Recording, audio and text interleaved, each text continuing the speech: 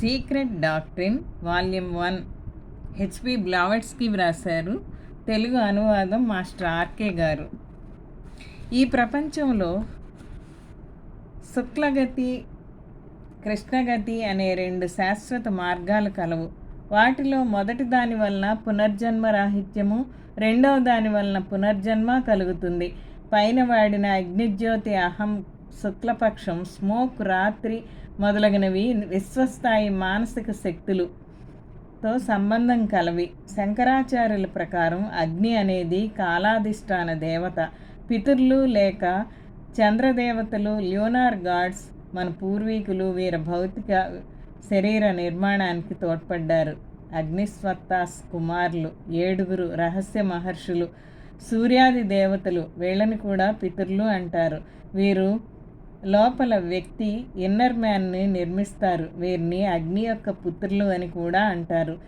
గుప్త విద్యలో మైండ్స్, మనస్సులు అనబడే వీరు ఆది అగ్ని నుంచి ఉద్భవిస్తారు. విష్ణువు చివరి అవతారమైన కల్కిగా తెల్ల గుర్రం మీద అగ్నిజ్వాలల మధ్య వస్తారు. గుప్త విద్యలో 2 రకాల అగ్ని గురించి వర్ణిస్తారు. మొదటిది ఆకారరహిత, ఫార్మ్లెస్, అదృశ్య, ఇన్విజిబుల్ అగ్ని. ఇది కేంద్రస్థితమైన ఆధ్యాత్మిక సూర్యునిలో సెంట్రల్ స్పిరిచువల్ సన్ దాగి ఉండి త్రివిధములుగా మెటాఫిజికల్స్ చెప్పబడుచున్నవి. వ్యక్త విశ్వములోనున్న రెండవ అగ్ని 7 రకాలుగా విశ్వము, సూర్యమండలంలోనూ వ్యాపించి ఉంది. జ్ఞానాగ్ని వలన ఈ మాయామయ జగత్తులోని కర్మలన్నీ దగ్ధమైపోతాయి. అందువలన వాటిని పొంది ముక్తి పొందిన వారిని అగ్ని పునీతులు, ప్యూరిఫైడ్ బై ఫైర్ అంటారు. 7 ఇంద్రియాలను హోతలుగా వర్ణిస్తూ నారదుడు అనుగీతలో వాటిని ముక్తికారకాలుగా తెలిపాడు. అబ్సల్యూట్ పరమతత్వం సంఖ్యలేని స్థితి, నో నెంబర్. కానీ తర్వాత చెప్పిన ఆల్ ఇన్ వన్ నెంబర్ ఇటు కాలానికి అటు చోటుకి కూడా వర్తిస్తుంది. అనగా ఎంత చిన్న విభాగాలు కానీ, ఎంత పెద్ద విభాగాలు కానీ దేశకాలానికి మనకి కాలమానంగా తీసుకున్న అది సంపూర్ణములోని ఒక భాగమే అవుతుంది. ఈ విధంగా శరీర నిర్మాణం, శరీర నిర్మాణానికి కావలసిన దేవతలు క్రమబద్ధంగా ఉద్భవించారు. Learn what why who descend from the primordial 7. We who are born from the primordial flame have learned from our fathers. ఆదిజ్వాల నుండి పుట్టిన మేము, ఆది సప్తకము నుండి అవతరించిన మేము మా యొక్క తండ్రుల నుంచి నేర్చుకున్నది తెలుసుకో. అగ్నిదేవతల ఉత్పత్తి, వారి వివరణ కొనసాగుతున్నది. అగ్ని సూక్తం. కాంతి యొక్క మిరుమిట్లు గొలిపే తేజస్సులో ఎల్లప్పుడూ అంధకారంలో ఉండే కిరణం చోటులోకి ఎగిసి శక్తులను తిరిగి మేల్కొల్పింది.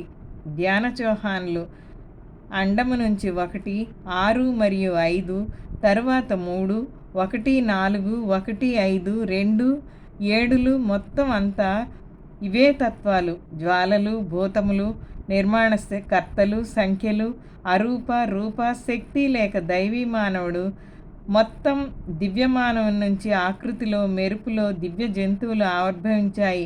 పవిత్ర పితరుల వార్తాహరులు ఈ పవిత్ర 4తో ఉన్నాయి. ఇది గుప్త సంఖ్యాశాస్త్రానికి సంబంధించినది. ఇది ఎంతో పవిత్రమైనది. గుప్త విద్యను అర్థం చేసుకున్నట్టుకు ఎంత అవసరమైనది అంటే నిజానికి ఇది అదృశ్య శక్తుల పంపసావళి. అందులో ఈ శక్తుల సరైన సంఖ్య మీద ఈ ప్రపంచం యొక్క రహస్య నిర్మాణం జరిగినది. ఉదాహరణకి కుమారులు 4 అని చెబుతారు, కానీ వారి వాస్తవిక సంఖ్య 7. ఎందుకంటే సనక, సనంద, సనాతన, సనత్ కుమారులు చతుర్విధ రహస్యము నుండి ఉద్భవించారు. మంత్ర విద్యలో 1 నుండి 36 వరకు ఉన్న సంఖ్యలను బీజ సంఖ్యలు అన్నారు.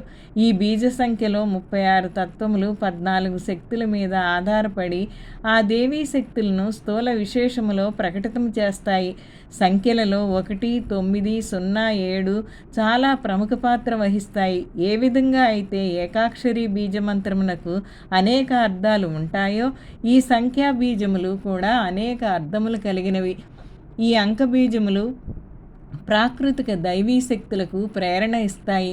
1 అండము 6 మరియు 5 1065 అనే సంఖ్యను ఇస్తుంది. ఇది 7, 14, 21 అనే సంఖ్యలకు పలుకుతుంది.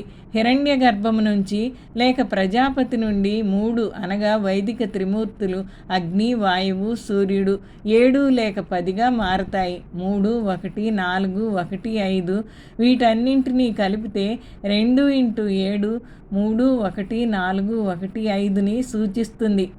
ఇది ధ్యాన చౌహానుల సంఖ్యాత్మక వంశావళిని తెలుపుతుంది. అంతేకాక లోపల మరియు చుట్టబడిన ఇన్నర్ అండ్ సర్కమ్స్క్రైబ్డ్ ప్రపంచం గురించి తెలుపుతుంది. లెక్కలలో కూడా 1:3, 4:5 నిష్పత్తిని గుర్తిస్తారు. రేఖ, త్రిభుజుడు, పంచకోశము, రేఖ, వర్ణము 1, 3, 5, 1, 4 అనే సంఖ్యను ఇస్తుంది. దేవతలు, పితరులు, ఋషులు, సురలు, అసురులు, దైత్యులు, ఆదిత్యులు, దానవులు, గంధర్వులు మొదలగు అనేక తత్వములు, జ్యోతులు, నిర్మాణకర్తలు ఏర్పడతారు. వీటన్నిటినీ ప్రాకృతిక శక్తులుగా గమనించాలి. వీటిని మానవులతో అంటకట్టవద్దు. పవిత్ర జంతువులు గుప్త విద్యలో జీవిత పరిణామ క్రమంలో చాలా ప్రముఖ పాత్ర వహిస్తాయి. సాధారణంగా ఇవి దేవతాశక్తులకు వాహనములుగా లేక ప్రకృతిలోని గుణాలు, ధర్మాలు, సిద్ధాంతములకు సంకేతముగా వ్యవహరిస్తాయి. ఉదాహరణకి కుక్క కాలము, వేదములు, విశ్వాసము, నక్క జిత్తులమారితనం, ఆవు పవిత్రత, ఎద్దు ధర్మము, కాకి పితరులు. ఖగోళ శాస్త్రంలో ఈ పవిత్ర జంతువులు రాశిచక్రము యొక్క సంకేతాలుగా మారతాయి. ఇది శబ్దము యొక్క సైన్యము, దైవ తల్లి యొక్క 7 నిప్పురవ్వలు 1, 2, 3, 4, 5, 6, 7వ స్పార్క్స్ ఆఫ్ ది 7 దాని యొక్క 7 ద్వారా ప్రభావితమై సేవకులు అవుతాయి. ఈ నిప్పురవ్వలు అనే గోళమును, త్రిభుజములను, ఘనములను, రేఖలను నిర్మాణకర్తలు అని అంటారు. ఐ, హా, ఔ, ఓ, ఈ, హు యొక్క విభిన్న ఉచ్చారణలు ప్రకృతిలోని తెలివిగల ఇంటెలిజెంట్ శక్తుల యొక్క వర్ణన ఇవ్వబడినది. ఇక్కడ ఇవ్వబడ్డ విభజన మానవాళి విభజనకి వీలుగా ఉన్నది. శబ్ద సైన్యంలో వాక్కు శబ్దము యొక్క రహస్య స్వభావాలను తెలుపుతుంది. ఇది దైవాలోచన యొక్క పరిణామములను, మన ఆలోచనలను, మన వాక్కును, నిత్యము మనం ఉన్న పరిస్థితులను నిర్మిస్తూ ఉంటుంది అన్నది అక్షరాల నిజం. సంకేతం ఒక వస్తువును బహిర్గతం చేస్తుంది.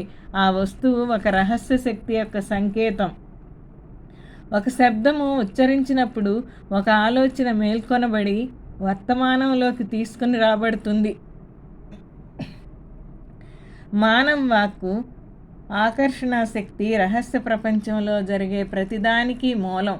ఒక నామాన్ని ఉచ్చరించటం వలన ఒక ప్రాణాన్ని నిర్మించుటయేగాక తద్వారా 1 లేక అనేక రహస్యమయ శక్తులను లోను కావడం జరుగుతుంది.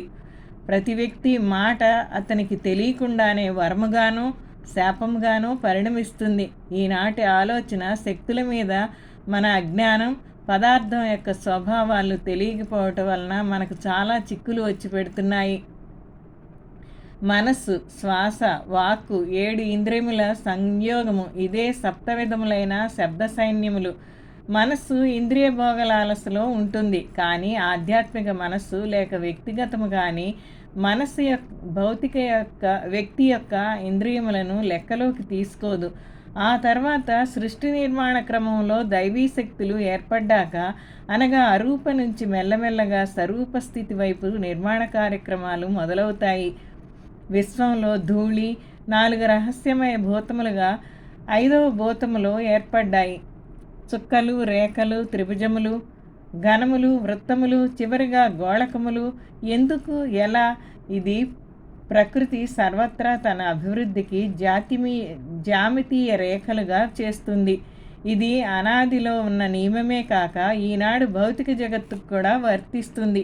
ప్రకృతి తన జామితీయ ఆకృతులను సమీకరించుకుంటుంది. అక్కడ పొరపాటుకు కానీ ప్రమాదానికి కానీ తావులేదు. జగతిలో విరామానికి తావులేదు.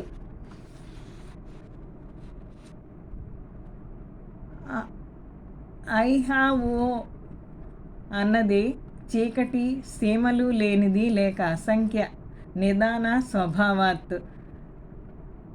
అది సనాత్. ఆ సంఖ్య ఎందువలనంటే అతడు ఒకడే.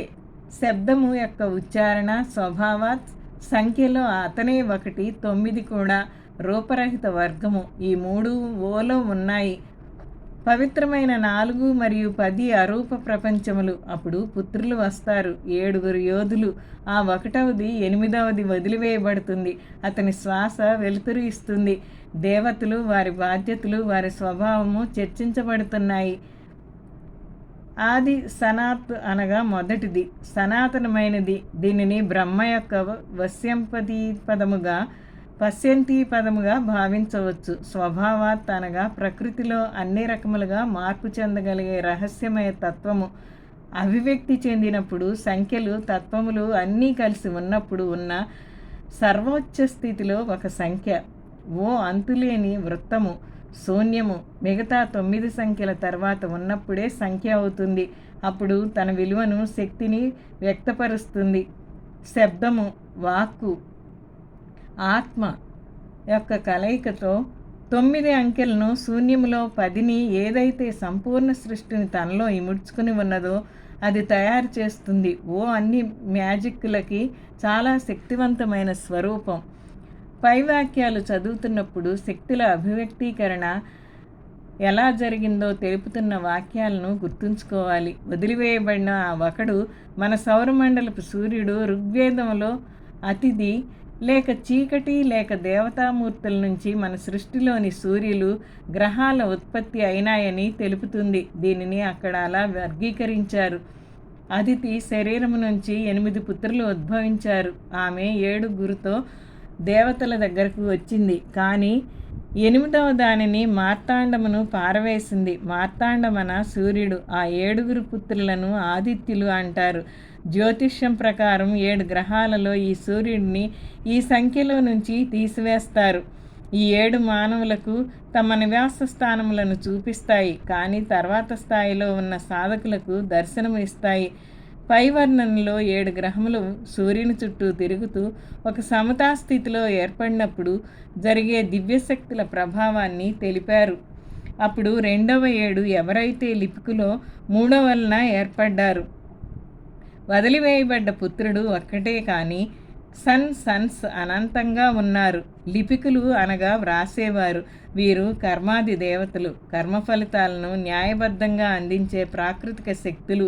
ప్రాణమయ జగత్తులో మనం చేసే ప్రతి చిన్న ఆలోచన అంకితమైపోతుంది ఆ దివ్యమైన అదృశ్య చిత్ర ప్రకటనలేఖన తెరనే బుక్ ఆఫ్ లైఫ్ అన్నారు. ఉచ్చ మానసిక స్థితిలో విశ్వమానవ కక్షలో ఉన్న ఆదర్శ ప్రపంచాన్ని ఈ లిపికులు ప్రళయం తర్వాత ప్రళయాలలో ఇతర దేవతా శక్తుల సహాయంతో ఒక విశిష్ట క్రమ పద్ధతిలో క్రింది తలాలకు దింపడానికి ప్రయత్నిస్తారు.